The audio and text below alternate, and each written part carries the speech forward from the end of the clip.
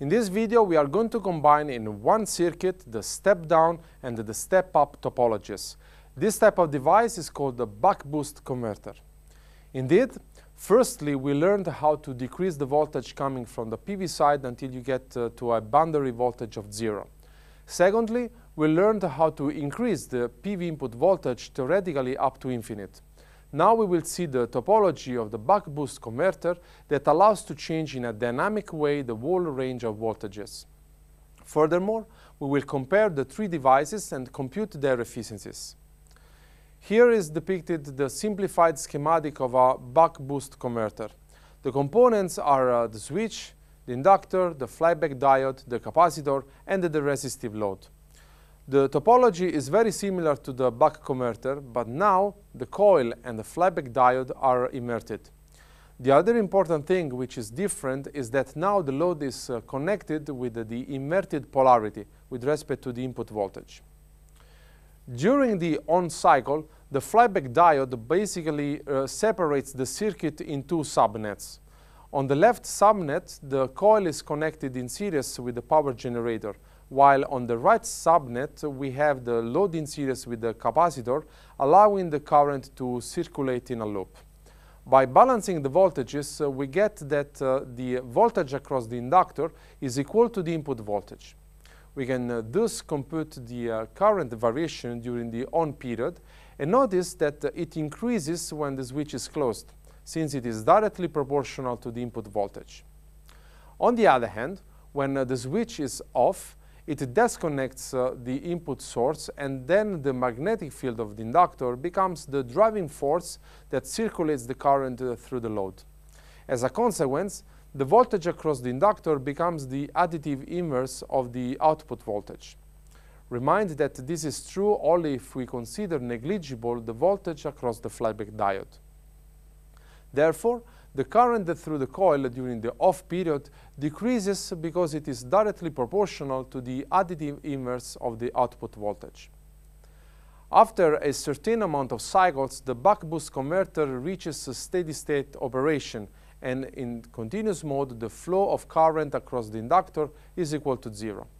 Therefore, we can work out this equation that relates the current variation during on mode and off mode by means of the two integrals previously calculated. The result is a relation that binds the output voltage and the input voltage as a function of the duty cycle. In the diagram, the output voltage is plotted as function of the duty cycle. Given a certain input voltage, we find that for D lower than 0.5, the device works as a buck converter, decreasing the incoming voltage. Instead, for D higher than 0.5, the voltage at the output side goes up, and theoretically it has no limit pointing to infinite.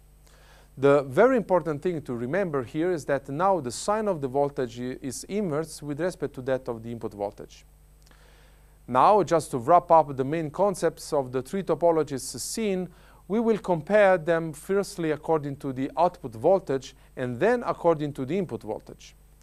When we consider the output voltage as a function of the input voltage, we have that in case of buck converter for D equal to 0, also the output voltage is 0. And for D equal to 1, the maximum voltage achievable is the input voltage.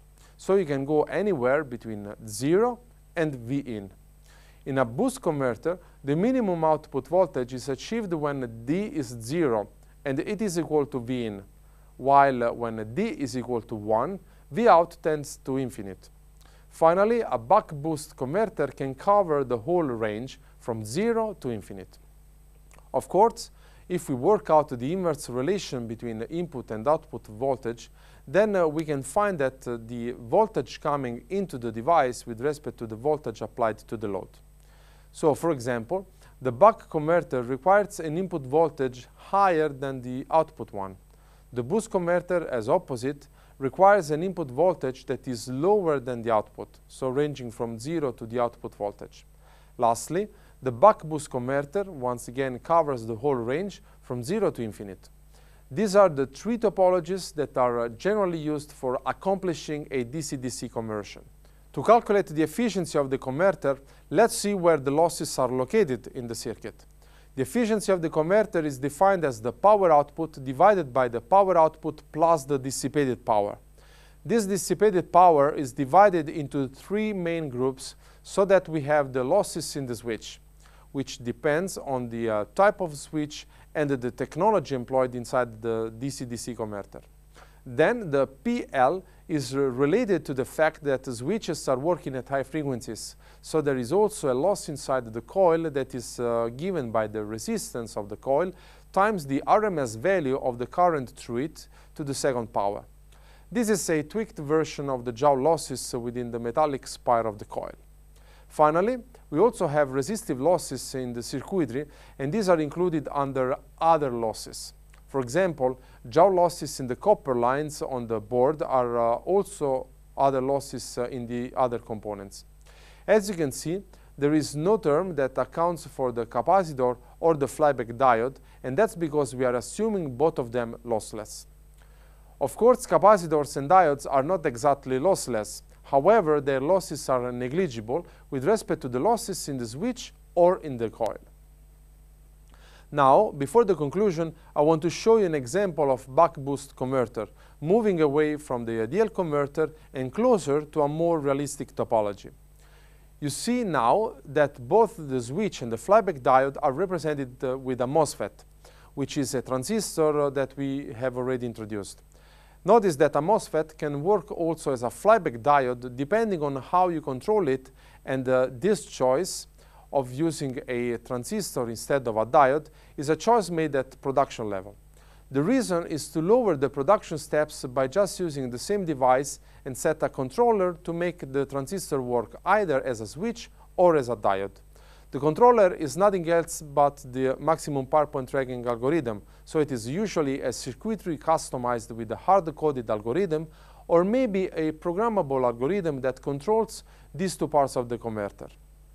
To conclude the DC-DC converter section, we went through the motivation, definition, and the components inside the DC-DC converter. Then we looked at three different topologies that culminate with the buck-boost converter. In this video, we gave you the definition of efficiency of the converter and found out where the losses are. In the next video, we will introduce the DC to AC solar inverter.